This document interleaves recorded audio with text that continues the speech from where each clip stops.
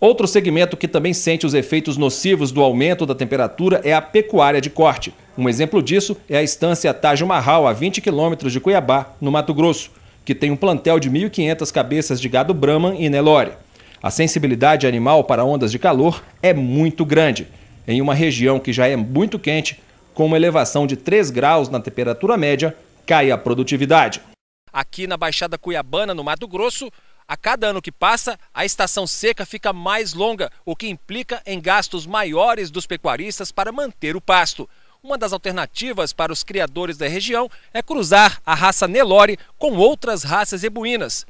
O resultado é um gado tão resistente quanto o Nelore às altas temperaturas e com as mesmas características da raça, que é a mais difundida no Brasil. O aumento dos custos de produção devido à mudança do clima na região já é notado pelo pecuarista André Zambrim Mendonça. Ele mostrou em fotos que nos anos anteriores, no mês de agosto, o pasto estava bem mais verde do que atualmente. Além disso, as chamadas chuvas do caju e da manga, que caem em julho no Mato Grosso, estavam atrasadas. Com isso, sofre o pasto, o animal e o bolso do criador. Esse ano nós tivemos que entrar com a suplementação de seca 15 dias antes do que o ano anterior, que por sua vez foi 15 dias antes do que no ano subsequente, né? Ou seja, cada ano vai piorando. Cada ano a seca está chegando mais cedo, a terra ia se enfraquecendo, a pecuária vinha e tomava esses espaços. E eu acho que do jeito que a coisa está indo, a tendência é que o clima faça, às vezes, que a agricultura mal sustentada fez nos anos anteriores. Já a cana-de-açúcar, de acordo com o estudo, seria uma das poucas culturas que se beneficiariam com a elevação da temperatura média do país. A cana é um caso especial. Ela é uma planta chamada C4, que gosta de calor e, o que é interessante, também gosta de CO2, o gás carbônico, que tem um efeito de fertilização natural na cultura, como se fosse um adubo. Regiões como o sul do Brasil ficariam mais quentes e passariam a ser úteis ao cultivo do produto, aumentando consideravelmente a área plantada do país, segundo afirma o pesquisador Hilton Silveira Pinto. No primeiro passo, se você considera 2020 como um limite assim, de problemas do Brasil, 2020, a produção, a área para a produção de cana-de-açúcar com aumento de produtividade aumenta de 150%. Então nós ganhamos áreas com produção de cana-de-açúcar. Mas na opinião deste produtor de cana em São Paulo, as temperaturas mais elevadas não seriam benéficas, porque a cana-de-açúcar precisa de um período mais seco e frio para concluir o desenvolvimento e crescimento da planta com um bom teor de sacarose. Quanto mais açúcar ela tem, vai aumentando o ATR, e esse ATR a gente vai ganhando em cima do preço. Então não adianta ela ter uma produção alta com teor baixo de açúcar, né? Então a gente tem que procurar as variedades e estar plantando, período dos tempos, para ela poder, durante a safra, que é de maio a novembro, ela tem que ter umas variedades para ir ganhando o teor de açúcar. E estando uma temperatura mais alta, a tendência é de ela estar perdendo um pouco dessa doçura, né? Envolve muito a chuva, que se der um teor de um tempo mais quente e a chuva continuar assim mais elevada, não ter aquela falta de chuva aí, a gente vai só tender a perder isso aí, né? Então o produtor vai ser ruim. O pesquisador da Embrapa diz, porém, que hoje existem muitas variedades de cana adaptadas aos climas mais quentes. Segundo o Hilton Pinto, a cana passou por um intenso melhoramento genético nos últimos anos. A questão de talvez 15 anos, a cana não produzia a contento economicamente, porque o excesso de calor causava o florescimento da cana, que por sua vez causava a isoporização. Ou seja, o colmo ficava totalmente ressecado, como um isopor. Quando se resolveu o problema da isoporização ou do florescimento da cana, que era causado pelo calor, então o que aconteceu? A cana passou a ser cultivada em regiões com calor. Então hoje as variedades são todas adaptadas, primeiro, a uma maior resistência à seca e segundo, a resistência ao calor.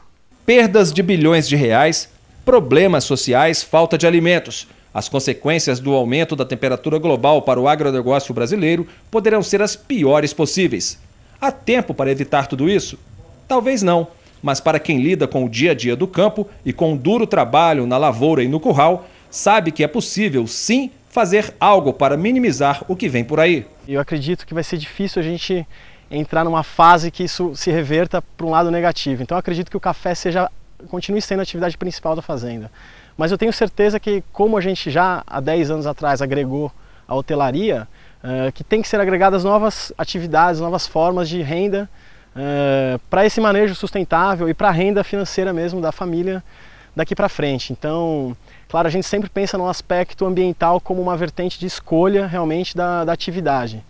Mas a gente está olhando quais são as possibilidades, o que vai ser bom daqui para frente, que às vezes não está só na própria produção em si, mas hoje a gente tem o mercado de crédito de carbono, a gente tem a própria agroindústria, né, que a gente pode agregar dentro de uma fazenda, então a gente tem várias alternativas para trazer essa renda para dentro da fazenda. Precisamos investir mais na ciência, na tecnologia, melhoramento de variedades e cultivares, aí biotecnologia está aí a toda. E por isso temos que desenvolver cultivares para temperaturas mais quentes, temperaturas mais amenas, temperaturas frias.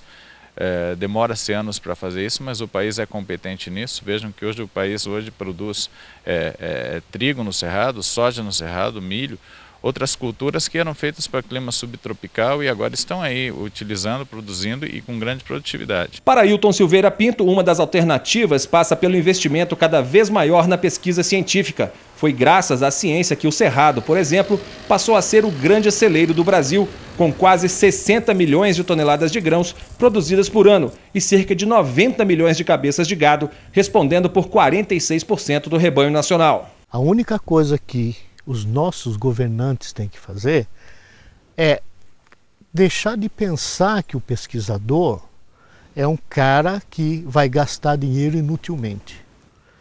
Para você obter hoje recurso para pesquisa, você tem que provar, antes de mais nada, que você não é ladrão.